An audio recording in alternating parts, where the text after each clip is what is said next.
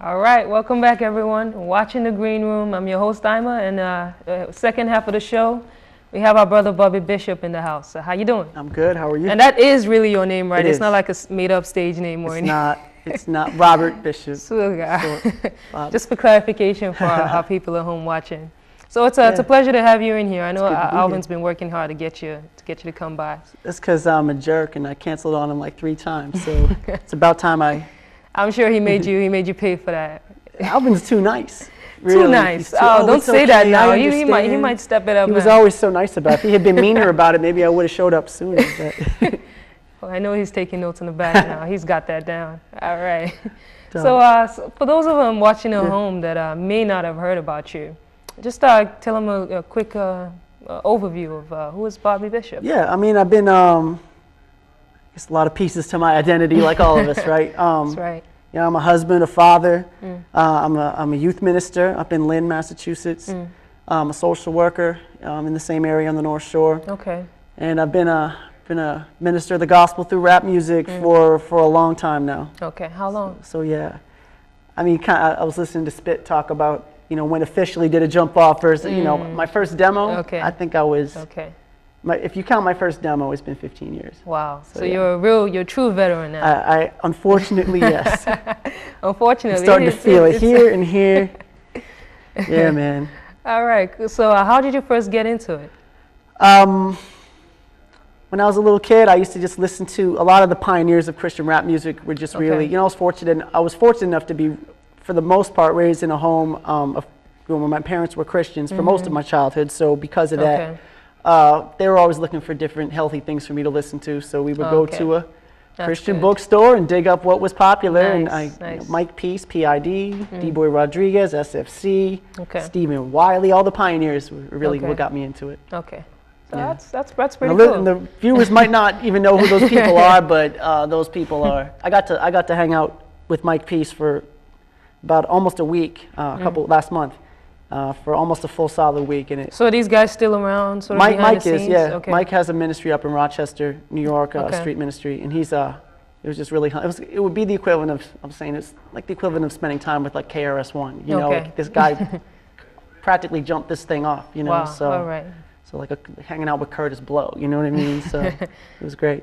All right, cool. So would you say your style is mostly rap, hardcore, or you know, or you like to vary it up a little bit? I like to switch it up. Okay. Yeah, I've kind of taken a different turn with style for this new record. There's a lot of rock influence in it, a lot of live instrumentation that we've fused into it. There's some stuff that's a little softer and slowed down, more ballad. Okay. I tried to sing a little bit on this one too, so yeah. Okay, so was there a particular reason you decided to take this in a different route? You know, I just felt like I got an opportunity to go back and to kind of redefine myself this time around with this new record. So the company that I'm with just gave me license to do that, so I went for it. You know? Okay, so let's have like so how many albums do you have up to this point?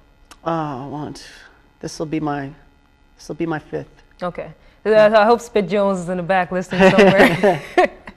All right, so let's sort of run through it chronologically. So what was the first one? Yeah, I started off with the record called The Hip Hop Alternative, and that was it released in 2002. Okay. So that was really just a strictly independent venture. So I, you know, just like he was talking about, Spit was talking about compiling different producers and stuff. I just kind of got everybody I could on there and got a bunch of guest artists that were friends of mine. And there was a donor who really believed in the project, and she donated a significant amount of money to press them up. So I think we pressed 5,000 copies. We pressed a lot of CDs. So we used it as an outreach tool. We were just handing it out. Okay. So that kind of got the ball rolling for me. Okay. So what are subsequent albums? There's the second one was called Community Music, and then I put out, right after I put out Community Music, in the process of recording that one, I signed a contract with a label called Beat Mart through Sony BMG. So after that, I put out a record called Government Name, and that was my first national project with Beat Mart, Sony. And then I put out a side project also under the same label through Sony called One Shot, which was more of a it's kind of like we call it a hip opera. I don't know if you remember, like Prince Paul a few years, probably 10 years ago now, put out a project that was a start to finish story. So we did that with the One Shot project too. And you know, and that leads me up to now. I'm working on my new one. It's called Everyday Man. It's coming out this year. Okay, so it's a very interesting album titles, community music, government name. How'd you come up with those? Well, the community stuff is just because I think everyone kind of has their own niche, but I always have gone back to the fact that I didn't grow up. It's funny because I guess you could say I share a lot of street tales in my songs, but I didn't grow up in the streets on any level. It was always something that I was exposed to, but never fell a victim of. You know what I mean? So because of that, I've realized that on some levels I have to make it clear in my songs that my commitment is to my community, and these are other people's stories that I have the privilege of telling. Okay. You know what I mean? So what about government name? We kind of went a little bit in a mainstream direction more, with that record. It's just my political my name is Bobby Bishop, and sometimes people, especially in the church in years past, kind of confused the Bishop part as like the Christian rap name that I came up with, and it was just a silly thing to clarify that that's the government name that I was given when I was born. Which, funny enough, it wasn't even really. Robert is my real first name, but close enough. So what would you say one of the most interesting place you've been to minister at? If you could pick out of the hundreds of places I'm sure you've been. In Philadelphia a couple years ago, we went to the skate park called FDR. It's right under Route 95. Like it's built into the infrastructure of the foundations of Route 95. Okay. So it wasn't ever like a formal thing that the city built, like literally people just built it on their own. So it's kind of this really popular underground skate park that people just can go to. And I got brought down there to do an outreach event in a park, and part of that was the coordinator said, we're gonna go do an outreach at FDR. So he had like a skate team come through, Stephen Baldwin has like a skate ministry. So he sent his skate team out, and we all went out to the skate park together, and his team was really proficient. So they jumped on the ramps and kind of won the crowd over. And then they said, all right, you're next.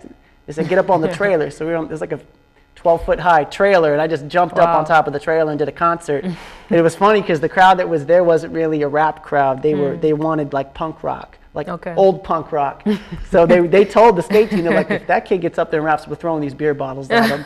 So the coordinator's like, you still want to go? I'm like, yeah, I'm here, I'm going, God will protect me. So they didn't throw beer bottles. We had a good time, We had a good time. In fact, it was the opposite. They engaged. It was great, you know what I mean?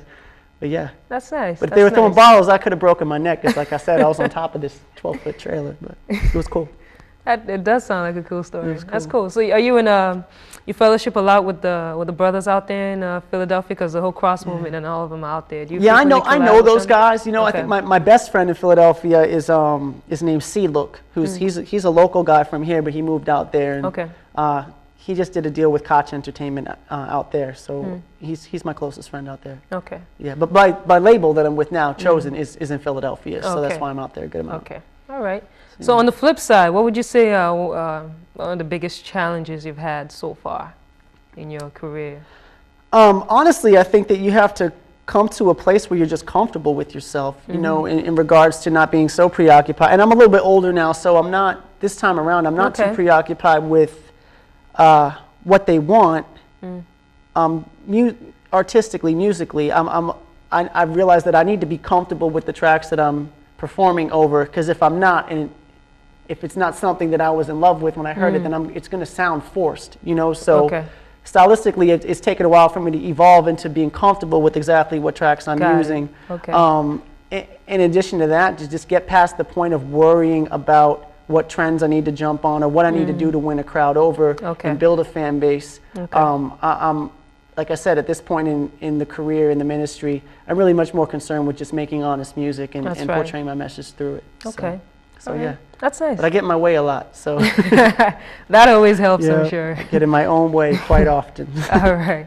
So that's just like I asked Spit, if he gets stereotyped based on the way he looks. Right. You're a white guy. Do you ever see anybody look at you funny, white guy trying to rap, I don't know about this. Did you ever get that? In years past, it was funny. I remember this. There's a line in the intro that I wrote where I said,